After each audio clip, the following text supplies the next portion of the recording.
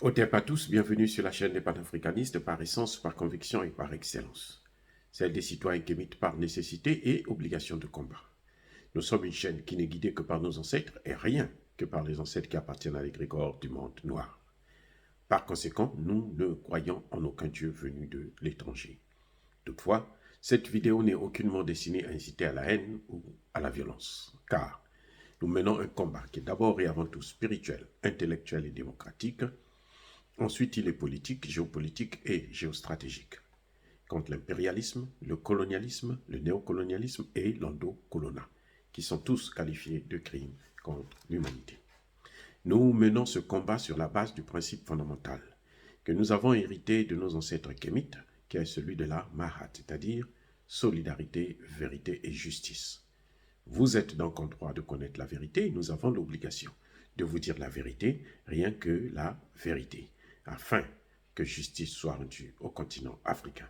Et ça, c'est notre modeste contribution dans cette noble lutte en faveur de la souveraineté, la dignité, la solidarité et l'unité africaine.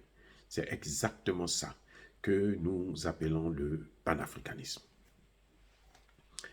Bien-aimés frères et sœurs, les États-Unis viennent de bloquer une résolution du Conseil de sécurité de l'ONU pour un cessez-le-feu, pour le retour à la paix au Moyen-Orient, entre Israël et Palestine.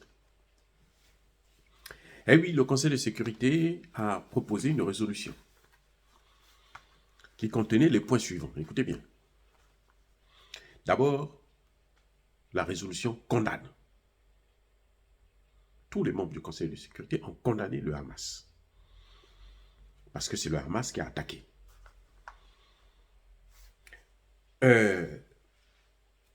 Mais, en dehors de la condamnation du Hamas, il y a une autre condamnation. Cette fois-ci, c'est une condamnation des deux parties si les hostilités s'étendent sur les civils.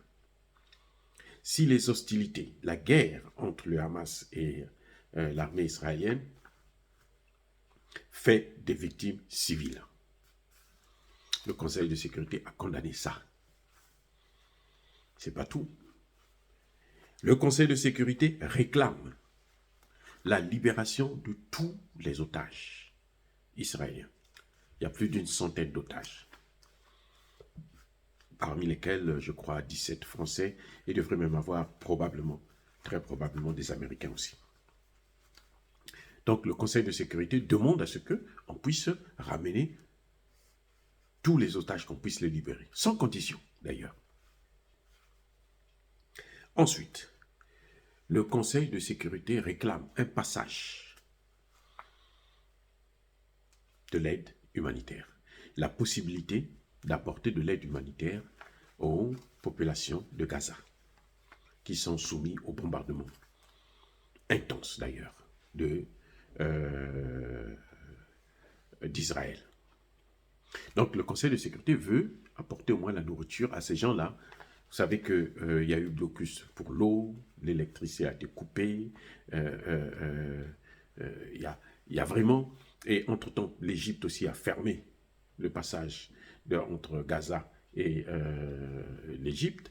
Donc, ils sont coincés à attendre seulement, si vous voulez, le dernier jour, la mort. Donc, cette résolution n'est pas passée parce que les Américains l'ont bloquée. Ils ont dit non. Pourquoi ils ont dit non? Ils ont dit non parce que les Américains pensent qu'il faut que Israël puisse riposter. Il n'y a pas eu le droit dans cette résolution à la légitime défense. Eh oui, il n'y a pas eu le droit à la légitime défense. Voilà le problème essentiel. Les Américains ne veulent pas qu'il y ait un cessez-le-feu. Les Américains veulent qu'il y ait la guerre. Question. Pourquoi les Américains veulent la guerre? Pourquoi les Américains veulent que Israël riposte? Pourquoi les Américains veulent que Israël puisse raser? Parce que nous savons tous que l'armée israélienne a plus de moyens que le Hamas. Donc, c'est clair. Mais les bombardements, c'est d'abord et avant tout sur des populations civiles. Il y a aussi des sites militaires. Bon, déjà, le Hamas, ce n'est pas une armée. Hein. Ils utilisent des armes, mais ce n'est pas une armée conventionnelle. Donc, eux, ils sont dans la population. Donc, les attaquer, en fait, mener la guerre contre eux, ben, il y aura toujours des victimes collatérales. Toujours, c'est-à-dire que c'est inévitable. C'est pour ça que le cessez-le-feu, peut-être, serait mieux le temps que les gens négocient pour mettre en application une résolution du Conseil de sécurité de l'ONU qui date depuis 1967. Peut-être que c'est ça, puisque le secrétaire général l'a dit, hein, M. Antonio Guterres. Il dit que l'attaque du Hamas est due à la colonisation, au fait que le Hamas, plutôt la Palestine, n'est pas un État libre. Donc ça, c'est le problème. Mais je ne pense pas que ce soit l'unique problème pour Israël et notamment pour les États-Unis, qui pousse Israël justement à aller de l'avant, à continuer à bombarder. Parce que les États-Unis souhaitent l'intervention de l'Iran pour qu'eux, ils puissent rentrer en guerre contre l'Iran. voyez le jeu. Donc, on est en train de tuer des pauvres innocents, de deux côtés d'ailleurs, hein, même si la puissance de feu est surtout du côté d'Israël, mais quand même, on est en train de tuer des gens des deux côtés. Parce que les Américains, eux, ont besoin d'attaquer l'Iran. Ils peuvent faire amener la guerre chez eux. Ils préfèrent que ça se passe loin. Parce que la guerre là-bas, là, ça ne va pas, les obus ne peuvent pas venir aux États-Unis.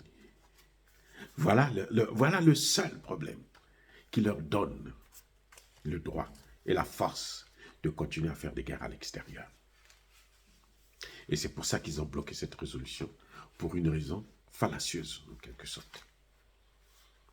Parce que quand cette résolution a été votée là, Israël avait déjà fait des dégâts, avait déjà bien bombardé. Ils ont les F-16, ils ont tout.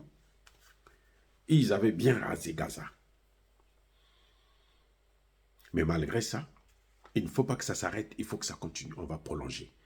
Et au moment où je vous parle, les Américains sont en train de prendre l'aide qu'ils donnaient à l'Ukraine pour amener maintenant au Moyen-Orient.